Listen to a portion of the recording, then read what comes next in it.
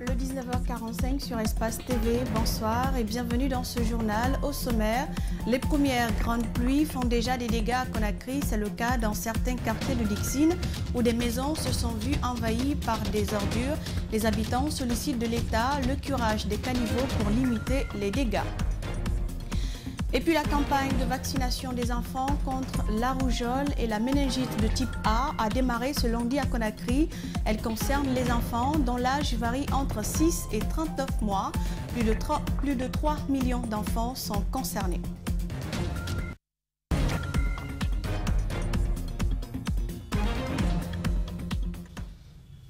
Bienvenue au 19h45. Des travaux de pavage, bétonnage et drainage des rues de certains quartiers de la capitale commencent à causer des dégâts suite aux premières pluies. Des travaux entamés depuis plusieurs mois et qui connaissent une lenteur, disent des citoyens.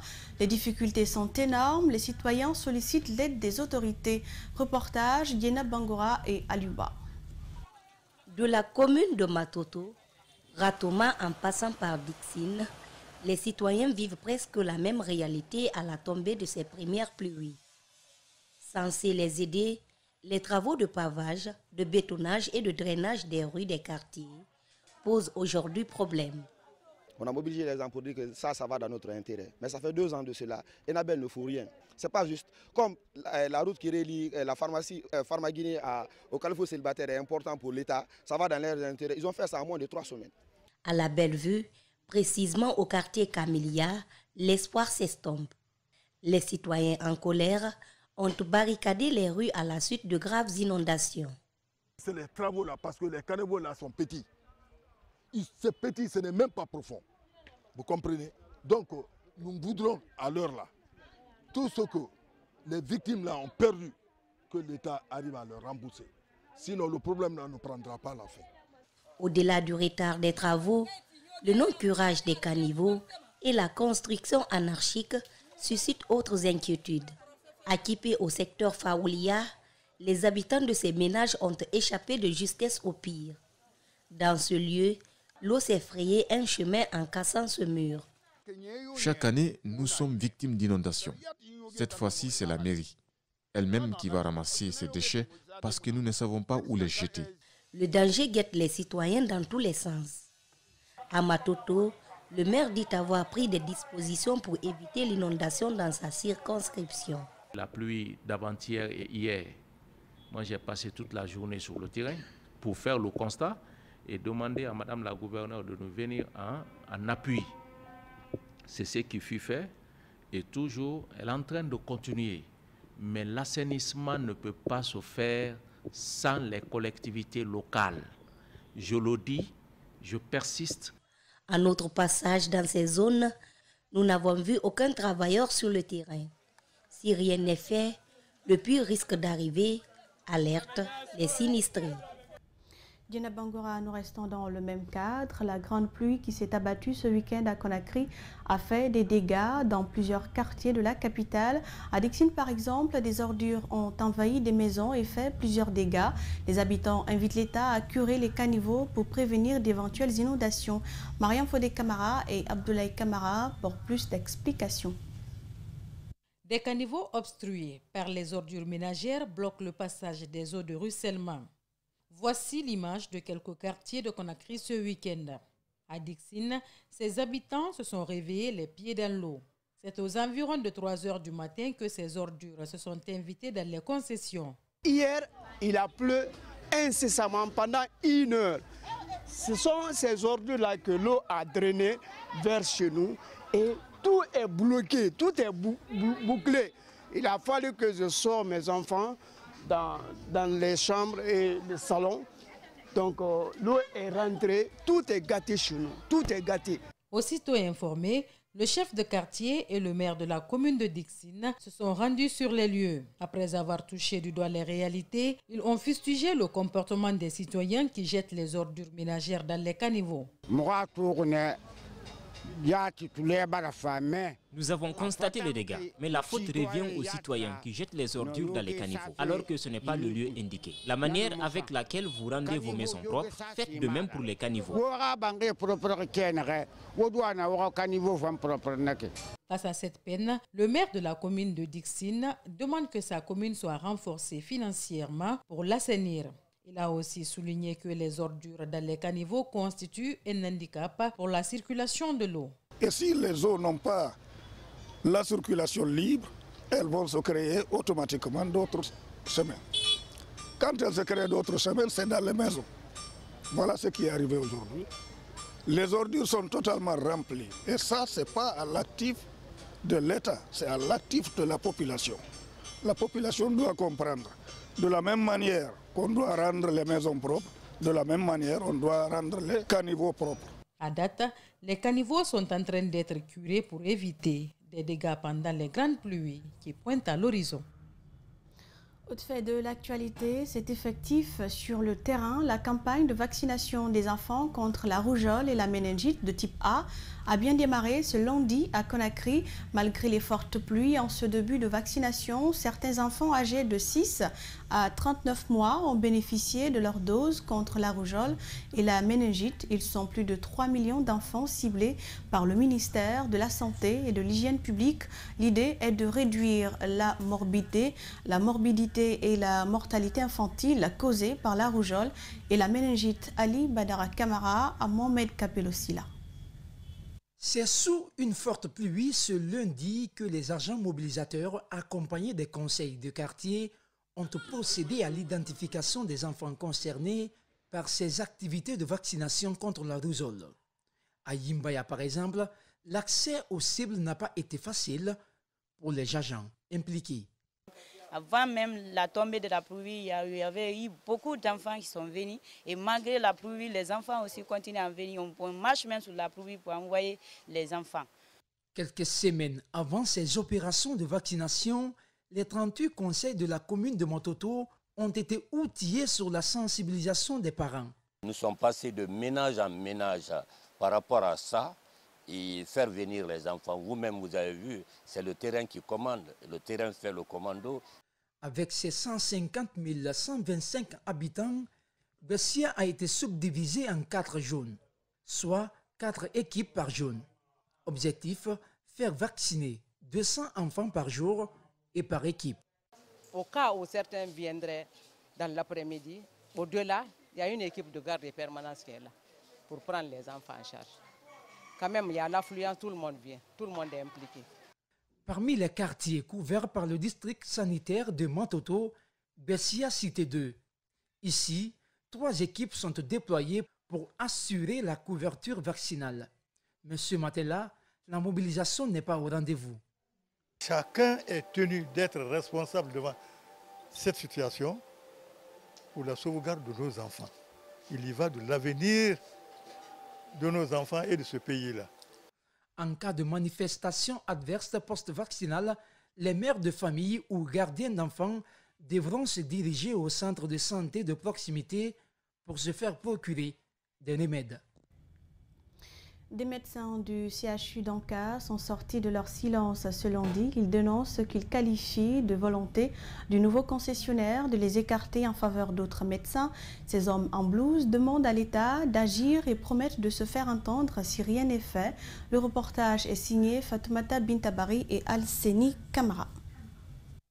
À peine confiée à un concessionnaire privé, la gestion du CHU d'Anka fait objet de protestations. Ces hommes appartenant au corps médical du CHU craignent leur sort après plusieurs années d'exercice au sein de l'hôpital. Selon les informations, nos chefs qui sont les titulaires, on doit les soumettre à un test.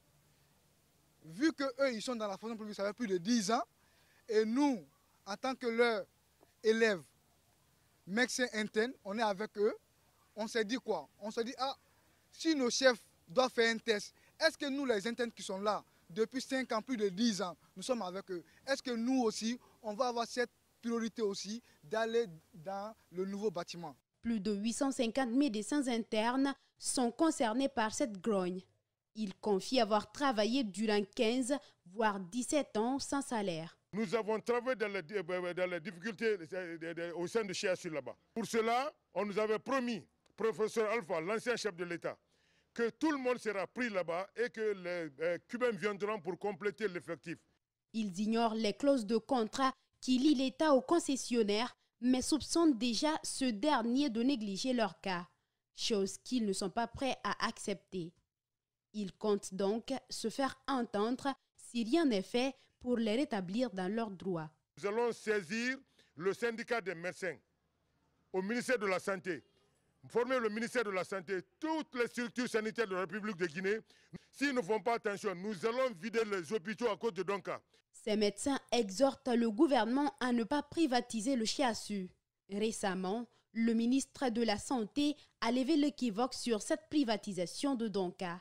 Il a également rassuré que les médecins guinéens en exercice ne seront pas laissés pour compte. Un reportage de Fatoumata Binta Bari.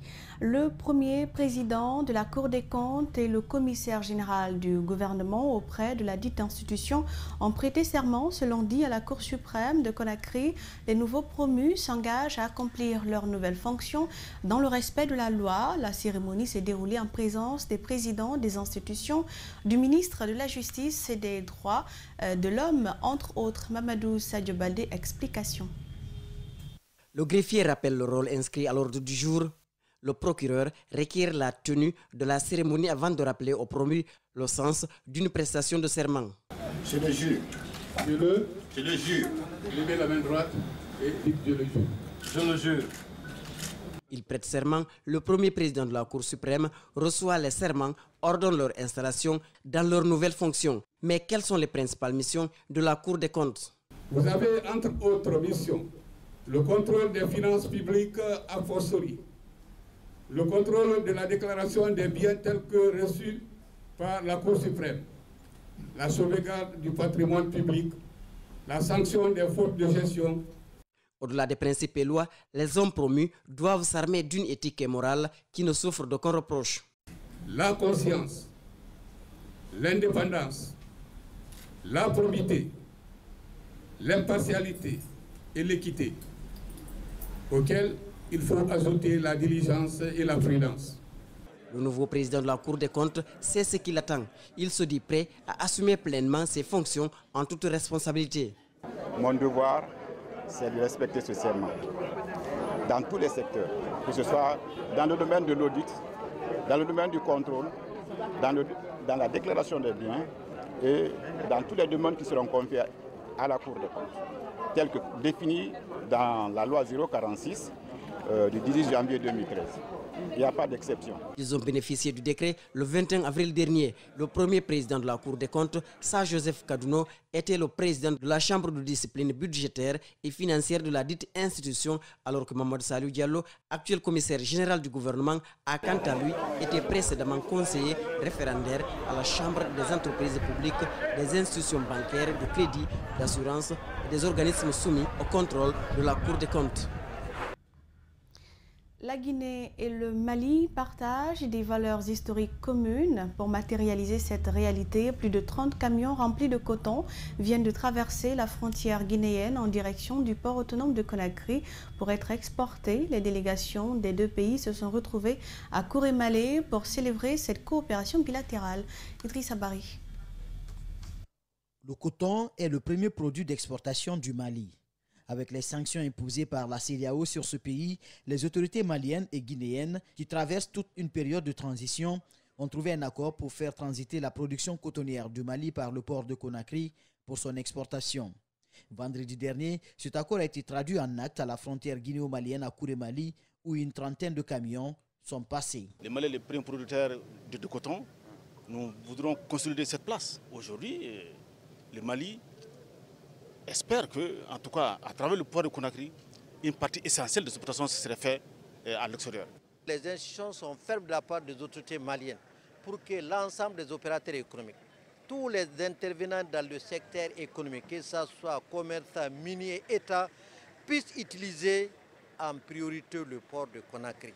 Dans l'ensemble, ce sont plus de 30 000 tonnes de coton que transportent ces camions vers le port de Conakry où des dispositions sont prises. Il n'y a aucune tracasserie au cours de la route. Donc c'est pour assurer nos amis maliens que le Mali et la Guinée, c'est la même chose. Ce n'est pas seulement le coton, mais ça va s'élargir sur tout ce qui est fret malien. Mais pas sans savoir que la Guinée n'avait que 2% de marché malien le port guinéen est plus proche du Mali qu'ailleurs. Le Sénégal avait 70%. Donc l'ambition aujourd'hui c'est quoi? C'est d'avoir les 100% du marché malien. Conakry est le port naturel du Mali, dit-on souvent. Et à travers cette traversée du fret malien, les autorités guinéennes souhaitent attirer le maximum possible d'opportunités de ce pays. Il y aura des camions du côté malien et du côté guinéen. Il faut transporter le coton. Il y a une manutention qui est là aussi. Ça fait créer du boulot.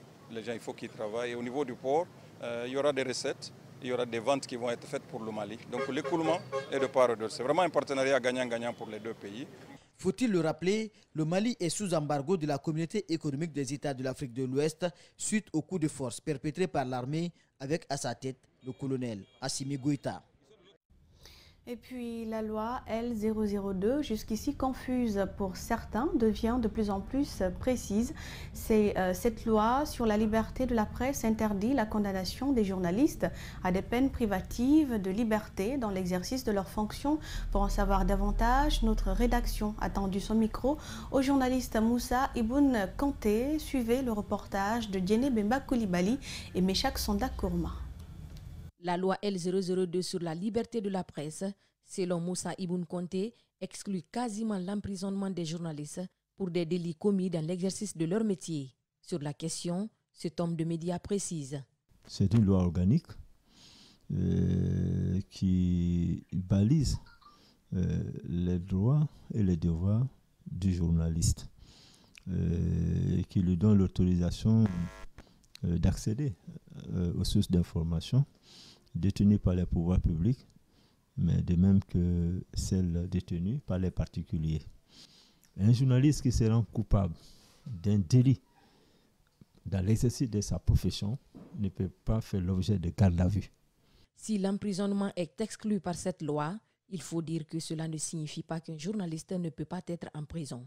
L'infraction d'un journaliste en dehors de l'exercice de son métier est soumise au droit commun. Si un journaliste porte atteinte à la sûreté intérieure de l'État, on insiste là-dessus. Il se rend coupable des crimes de guerre. Il se rend coupable des crimes et des délits de collaboration avec l'ennemi pour déstabiliser la Guinée. Dans ces cas de figure, le journaliste doit être détenu préventivement.